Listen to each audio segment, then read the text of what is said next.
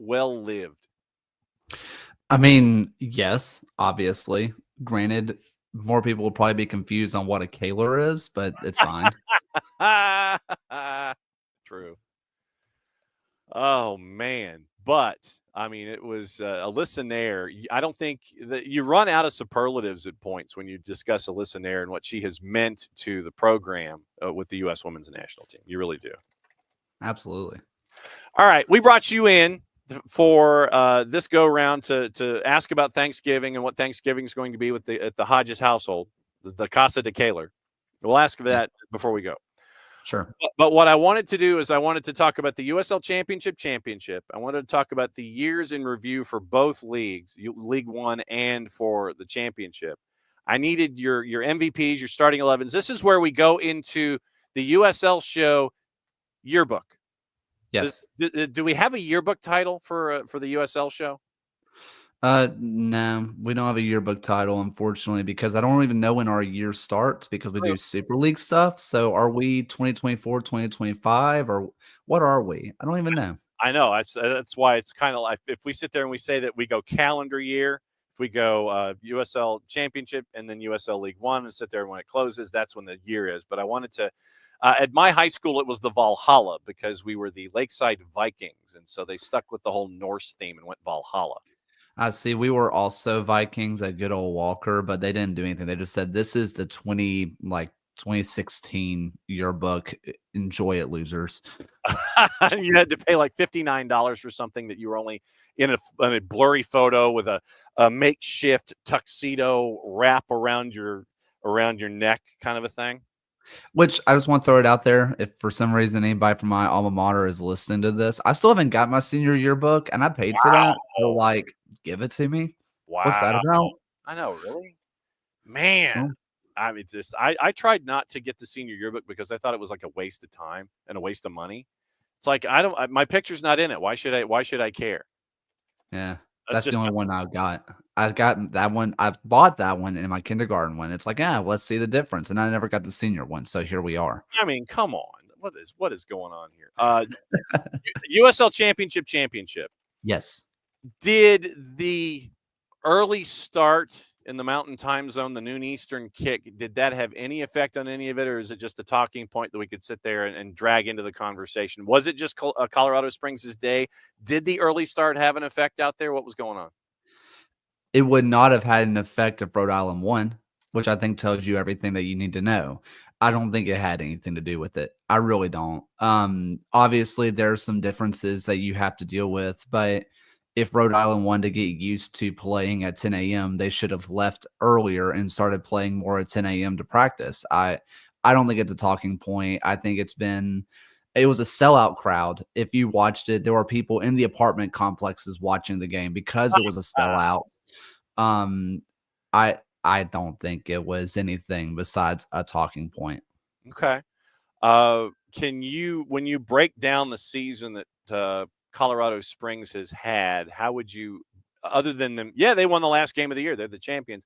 When you look at what the Switchbacks were able to do this season as a part of the continued growth of that franchise, how would you describe what Colorado Springs did this year as a franchise? If you were able, and I know this is not how it works, but if you were able to cut off the first 5 games of the year, they're the best team in the West. I mean, I think that's how you have to look at it. You can say, well, they were the second seed overall, but if you look at their run into it, they were truly the best team in the West. And this is no slight against New Mexico, obviously, but Colorado Springs was incredible. They were getting goals from everywhere. They were defensively stout all year long. I cannot talk highly enough of what Christian Herrera has become. And I think just in general, you see a lot of players who were not superstar standout names that are now, that they are going to be stars of this league and possibly a league above or a league abroad now. I think that is kind of the story of Colorado Springs is they developed their own talent. They have made their normal guys into stars, and they reap the benefits of it. Then to the flip side, and Rhode Island FC, you had a team that got hot in the playoffs. They hit a rhythm under Cano Smith.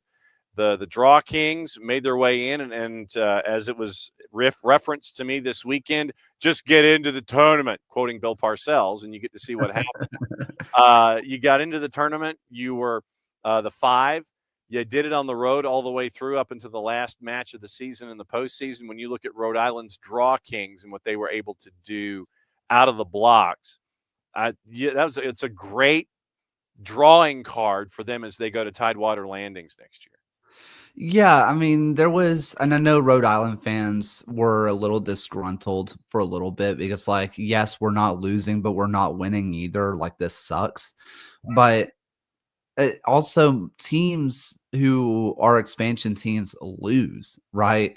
They lose to start, and they just didn't. And I think that when you look at what Kano did, and when you look at what Ugarte did with as those coaching staffs, they stayed true. They stayed the course, and they had their own growing pains. They've never been head coaches and directly assistant coaches before at professional level. They're going to have growing pains, but considering they turned those draws into wins, I think that they just made themselves even more attractive as a club for free agents who they were already dropping a lot of money for free agents to begin with. When it comes to pleasant surprises, we'll start good news. Pleasant surprises in USL Championship this year. Who was pleasant surprises as a franchise, and then maybe when it comes to individual performances, who was a pleasant surprise? So team pleasant surprise, individual pleasant surprise, if in fact that did exist. I think the pleasant surprise for me honestly comes down to New Mexico. I thought they were a good team. I didn't think they were that good of a team. And the growth that they had from last year, where we kept kind of referring to New Mexico as a quote unquote like paper tiger for a long time, where if you look at the roster they had 2-3 years ago, they had every attacker you could ever dream of. And you say this team is amazing on paper. And it just never turned out. And they took a team that had some of the same parts and made it into the best team in the West. If I were to look at an individual, I think you stay with the same team and go back to a guy that you guys love near and dear. I mean, Alex Tambakis. Mm-hmm. I thought that he should have been like benched last year. I thought that they had a better goalkeeper on the roster in Ford Parker.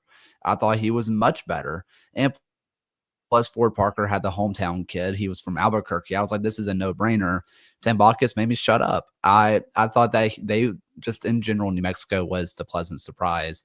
I could also happily point the finger over at Detroit City, where they get Danny Dicchio, and not just that, they keep Trevor James. He doesn't just leave. He is the director of football. That culture that was built by James is still there, and they were just able to elaborate more on it, essentially. I thought that it was fantastic. And if you're going to look at Detroit City, Ben Morris turned into what he should have been last year, and that's been awesome to see as well. Yeah, so then we all talked about coaches of the year and those kinds of things, and that Dicchio should have given some consideration. What were your 1, 2, and 3? My number 1 was James Chambers. I thought that James Chambers deserved Coach of the Year. The fact that he wasn't a finalist, I think, is dumb. I saw that. That was frankly. He was my number 1. Number 2, I'm trying to think. I think I did say Danny Dicchio. Mm-hmm. And number 3,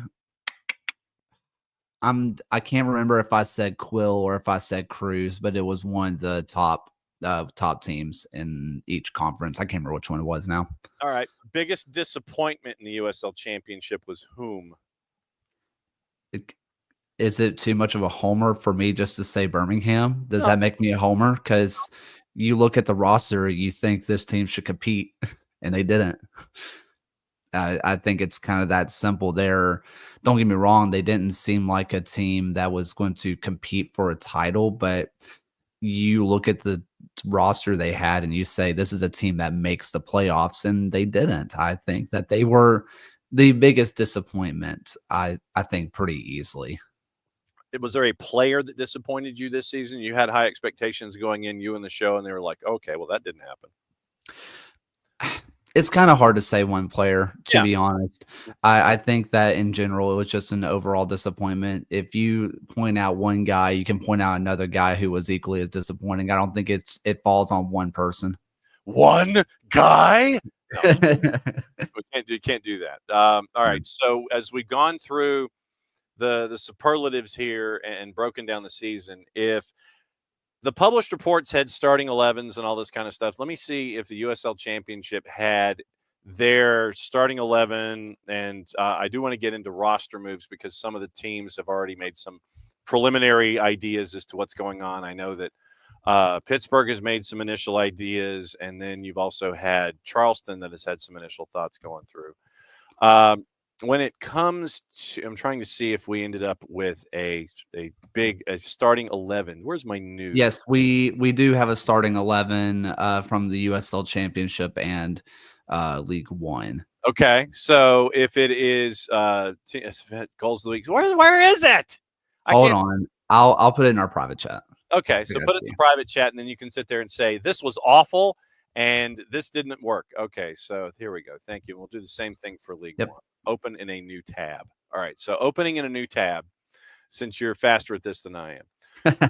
First team, Eric Dick in net, back four, Jack Gurr, Matt Mahoney, Arturo Ordonez, Graham Smith, Taylor Davila, Jorge Hernandez, Aaron Malloy, Maxi Rodriguez, your midfield four, then your two up top. So the league played a 4-4-2 with Wilson Harris and obviously Nick Marcanic because Nick Marcanic, he's not bad, and he's going overseas, and he's making the Battery some money. Yes. Who in there do you like? Who do you not like? Do you have any disagreements? Because second team had two Tampa Bay Rowdies up top, and Arteaga and Cal Jennings, Fuson, Lapa, and Gondo and Winder. Amu Mensah, Armstrong, Pape Boy, and Sean Tosh is your back four, and then Danny Vidiello, second team. How much changing would you do with the first team and the second team? I do think that I think that the people who voted this in did a pretty good job on this year. Right. I think if I were to be nitpicky and say maybe I would do this, maybe I would do that, I think I would switch Maxi Rodriguez for Noah Fuson. I think it's kind of hard not to have the assist leader in the best 11. Yeah. I also would look at Arturo Ordonez or Jack Gurr and put in Ezra Armstrong. Okay. I think Ezra Armstrong did not get the numbers to necessarily deserve a top team. But if you watched him, there is no question he is one of the best 11 in the league. I think that he got hurt by a team around him that started really slow. But if you watched him, he was class.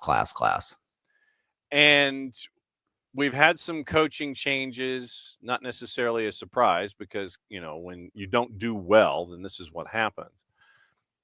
San Antonio had a change. Sacramento has a change, which I thought was interesting, but I guess with the expectation level that is always going there in Sacramento, if you do not advance and are playing in the weekend that just passed, then that is considered a down year and that we probably should go our separate ways. Where are things right now in the coaching carousel? Who's looking and who's keeping up? I think that there is a lot of waiting right now. Okay. I think you're waiting to see, does a domino fall? I think Briggs, I think that Ayman Zayed are going to be the two that are going to hold up the coaching market a bit. Right. I think that once one of those guys fall, I think that's when you are going to start seeing more teams fill in those rosters, fill in those coaching rosters. But I think really we're waiting on Briggs and Zayed. But right now, there's rumors here and there, just like this guy's going here, this guy's going here. It's all hearsay, and until I hear directly from a coach, an agent, or a roster announcement from a source, I believe zero of it. Who? Then let me ask it this way: Yep. Who in your mind deserves a shot in one of these openings as a head coach in USL Championship? Is there someone from League One that needs a boost up? Is there someone who's an assistant, who's an A1 that needs to get their shot as the guy? The guy? The guy. Who is there anybody that deserves that shot, or that anybody that might fill in these spots that we've seen so far? Honestly, the list starts and stops with Ayman Zayed. Okay. I think obviously he's a free agent at this point, but I think you have to start that conversation with him. If you're talking about someone moving up to the championship level, he deserves a head coaching job at the championship level, or straight up an assistant job at the MLS level. I think that highly of him. I think you would also be hard pressed not to say Dom Casciato. Yeah. I mean, what he has done with Union Omaha and continuing what Mims has done has been awesome. If you want to hear a little bit more about him, we just interviewed him recently. So if you want to hear more about Dom and kind of like his journey as a coach, he deserves to be higher. He is awesome. Excellent plug, sir. Nicely done. So Brian Cook, bloody love Eamon, yeah, of course, the best. Hutch asks, have you heard anything on OKC? What is the latest there, if there is a latest? I think the biggest tell is that they mentioned OKC on the USL final broadcast. Okay. They talked about how the USL Championship is going to be expanding to Oklahoma City again. So they kind of mentioned it on broadcast, which I think is the most what's the word? Concrete way of saying that they are still happening. People do need to remember that OKC and Memphis are different situations. Memphis traded away their rights to have a club. OKC held on to theirs. So they don't have to necessarily expand. They just need to tell the league, we're coming, we're here, we're alive. So, and they'll just put them to the roster and figure it out. That's really all they have to do, especially with now that they seem to have their stadium almost fully figured out. It seems like they're going to be here sooner than later. All of the stuff that was going on with Taft and all of the issues and the infrastructure that was being discussed there in Oklahoma City, hopefully getting sorted out fairly quickly so OKC can get back on the big board. Charleston Batteries announced that they've exercised contract options on Nathan Dos Santos, Arturo Rodriguez, and Juan David Torres as a part of their initial roster moves. 10 players currently set to return. Leland Archer, Josh Drack, Graham Smith, Mark Segbers, Aaron Malloy, MD Meyer, Zeke Soto, previously under contract. 7 players entering free agency. Declined the contract option on Samuel Beek and the retirement of Adam Grinwis, obviously. Battery announces 7 players entering free agency. Chris Allen, but it was noticed on social media yesterday that they're negotiating with Allen to try to get him back. Jackson Conway, Robbie Crawford, Kuzemka, Palma, Prince Saidi, and Emilio Icaza. And Jay Chapman returning to Hartford Athletic. Nick Marcanic is heading to CD Castillon in the winter window. So early moves from Charleston. Any surprises there? No. I mean, it seems pretty straightforward from Charleston. I mean, if you're looking at teams, or if you're looking for the big who is not around anymore free agent right now, I think you're looking not at Charleston or you're not looking at Charleston. I think that you're going to look your eyes to Tampa Bay or Detroit City, where a lot of people are going to be looking at a Jack Doherty or a Cal Jennings from Tampa Bay. But I think the biggest free agent is going to be James Murphy from Detroit City. I think he's the biggest free agent right now, mostly because I think that he is more likely to stay within the USL. I think Cal Jennings is destined to be picked up for cheap by an MLS team. I just don't see any way that he stays at the USL level. And James Doherty, I wouldn't be surprised if he goes England or somewhere like that. James Murphy is going to have a ton of suitors at the championship or in the League of Ireland. I think that he is the free agent right now. Tampa Bay announces that they were bringing Leo Fernandez and Lewis Hilton back. They were going to get new contracts coming back for 25. Exercise the options on Nick Moon and Pacifica Nyongbire. Additionally, Arteaga, Bodley, Crisostomo, Guillen, Mustali, Ortiz, Nate Worth, previously under contract. Jordan Farr goes to DC United. That's a decent pickup for DC United. Declined Yeah. options on Breno, Bub, Forrest Lasso, but they are negotiating with Forrest Lasso on a return. Munjoma, Josh Perez. You mentioned Cal Jennings, Darty, and Freddie Kleeman all out of contract, not returning. Ben Bender and Damian Rivera's loans have ended. They're returning to their parent clubs. Tampa Bay, sir, what say you?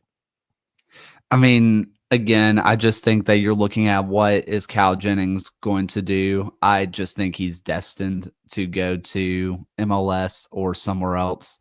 Freddie Kleeman, I think, is a big one.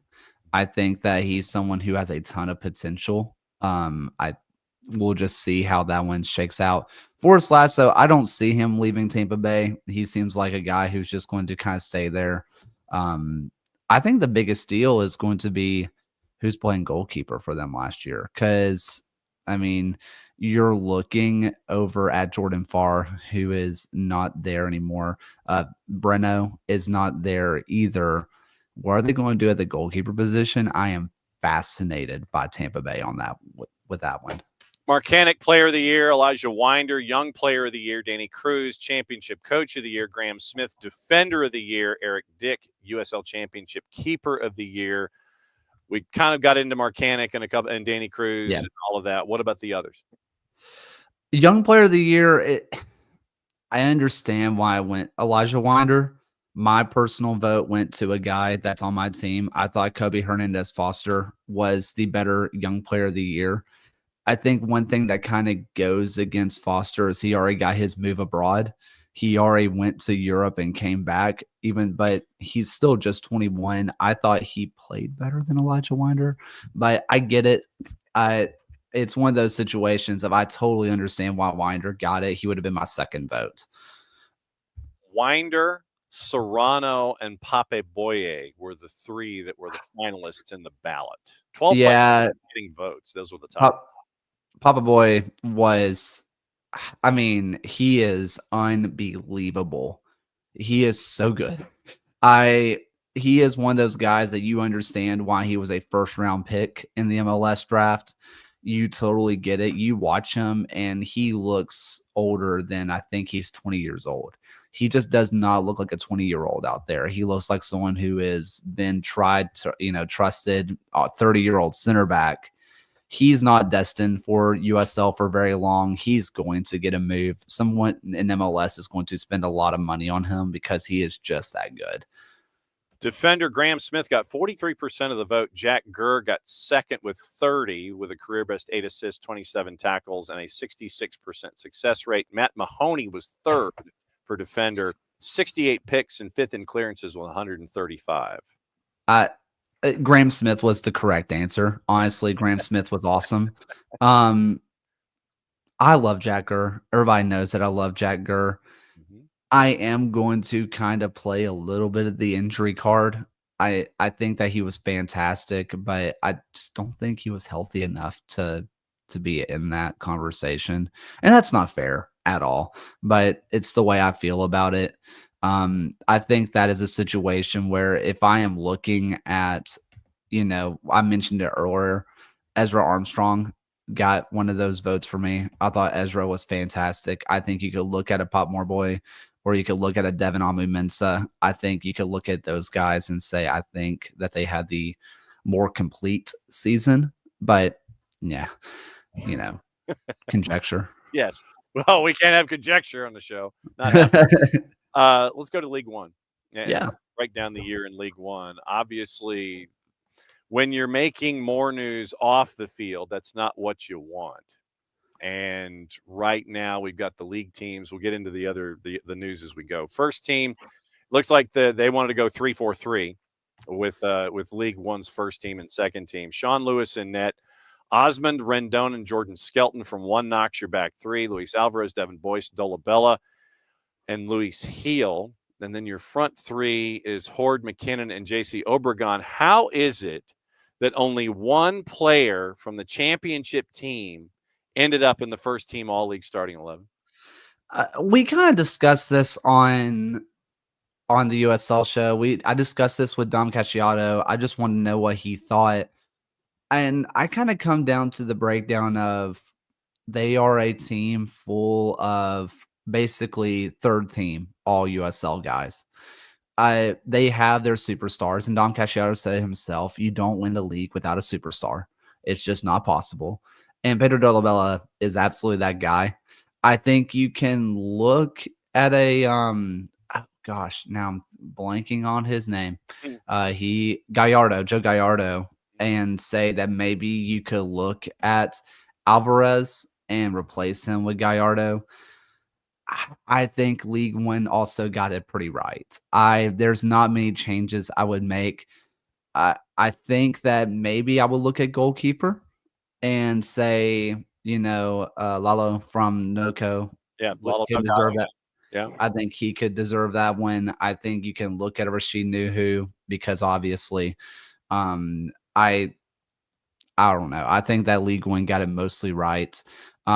The one thing that always makes me mad about these is that you have a back line of Mitch Osman, Jordan Skelton, and Bruno Rendon. Bruno Rendon is put in as the central center back when he was kind of a winger. Yeah.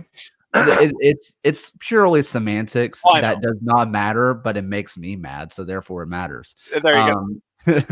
I think that the league voters got it pretty right. Second team, by the way, for those that didn't have the chance to take a peek at it, Lalo Delgado, as you mentioned, keeper for Hailstorm. Back three, Simon Fitch from Richmond, David Garcia, and Nick Spielman from Charlotte. Your midfield four has two from Greenville in the middle with Chapa Herrera and Evan Lee. Atez Juve out on the left, Jimmy Villalobos on the right, and Pedro Fonseca, Alfredo Midence from Fuego, and Nil Vinyals from Richmond is your second team in USL League One. So when you stare at League One and all of its superlatives from this season, I know that disappointingly we have to kind of look at stuff from off the field. And when you look at right now where things are exiting 24 and heading into 25, Portland Hearts of Pine, they've now got Bobby Murphy as their first head coach.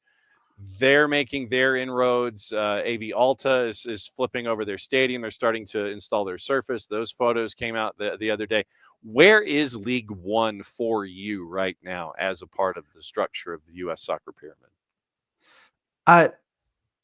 Honestly, I think with the removal of Noco and Fuego, it's in the better spot than it ever has been. Those were ownerships that were bad, horrible, that I think that those same ownerships would not be granted access into League One because at that point they had received waivers essentially that said we aren't going to, or we'll eventually be able to do all the things, but they were just trying to grow the league. I think that's in a more stable spot than ever. I think that when you look at Alta, you're going to say, okay, they are going to replace what Fuego kind of was in terms of geography. Yep. You're going to look at Texoma, which I did learn is actually just in Texas and not on the Texas-Oklahoma line, which I think is garbage. I think one half should be in Texas, the other half should be in Oklahoma. Well, they do represent the Quad Cities. We had Adrian on in a 1v1 where it is what is it? Sherman, Ada, Ardmore, and Denison. So that's the Quad Cities right there for Texoma, and it's going to be a fun story for them. I understand that, but why not put one half in Oklahoma, one half in Texas? I mean, saying that we're shooting towards the Texas side or towards the Oklahoma side, come on. I mean, yeah. It's if you did that, say if you played Corpus Christi. Yeah. And you did it right there on the border. You put up like a little modular pop-up stadium right there and where you could figure it out. See, now you've got something started here. We're going to have to talk to Adrian and go, what if you did this and truly had a Texoma day? Well, why don't we open this up even more? Think about the money in college. If you're going to have the Red River shootouts at the Cotton Bowl where half is this, half is that. Yeah. Put everybody on the Texas side. You are Texas fans. Everybody on the Oklahoma side, you are Oklahoma fans. If you have it for men's soccer or women's soccer, host the Red River rivalry at Texoma Stadium, half and half, and it's on your specific state side, Come on, the money prints itself, people. Oh, the Red River football rivalry. Yeah, we got to figure out where to put this modular stadium, or if there is there, well, or if there is a downtown, or if there's like a downtown or a city limits where we can do something like this. But no, Texoma is going to be a fun story Yeah. as part of the development. But yeah, I think you're right that when you look at the dynamic in play, that AV Alta is your swap out for Fuego. Have not heard anything about the Katofsky lawsuit yet in the state of California. Thanks to our friends at Law 360 for helping us out with the initial thoughts on that. You're adding Naples, which is eventually going to be a part of your southern footprint. Portland Hearts of Pine, they've got the great gear. They're going to take me to the poorhouse.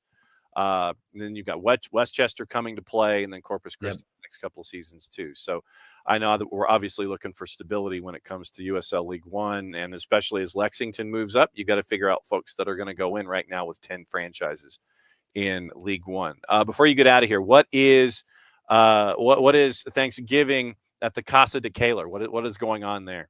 Well, we are actually heading towards your direction. We are going to Atlanta tomorrow to see the wife's family, and then we're just going to drive back through, see my family on Friday, and go into a turkey coma come Saturday, Sunday, as you do. Yeah, as you do. So what's the latest with the USL show? Scarf shown here in Office HD. Obviously, show tonight, 9 p.m. Eastern Standard Time, 6 p.m. Pacific Standard Time. And we are also trying to get somebody from Colorado Springs on to get some interview stuff going. But again, like I mentioned earlier, if you want to hear a championship coach talk about their, championship, listen to Dom Casciato. It's on YouTube, goals.tv, and all your podcast players. Yes. Well, and at the same time, you need to have but if you have a USL Championship, USL Championship coach talking about a championship, it'd have to be the USL Championship coach, wouldn't it? The championship squared is coming. We will talk about it. I mean, the League One championship is just confusing. It's fine. Yes. All right. So please have a fantastic holiday. Thanks for all of your stuff. And let's see. Do you? I will leave this open to you. Do you? So what's Super League had their fall finale, right?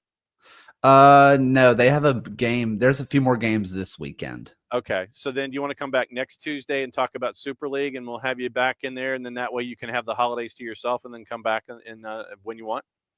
Let's do it. All right. So you're going to come back next Tuesday at 10:30, and we're going to talk about the Super League and USL and all that kind of stuff. Be well, my friend. Have a safe Thanksgiving. You as well. See ya. All right. That's Kaler. So Kaler's going to come in. Hutch has the thought. Lake Texhoma is on the Texas-Oklahoma border. The city is just south of the lake. Well, we need something, Hutch.